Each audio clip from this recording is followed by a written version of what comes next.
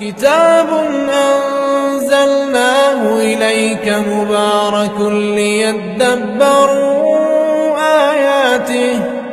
ليدبروا آياته وليتذكر أولو الألباب. ووهبنا لداود سليمان نعم العبد إنه أواب. إذ عرض عليه بالعشي الصافنات الجياد فقال إني أحببت حب الخير عن ذكر ربي حتى توارت بالحجاب.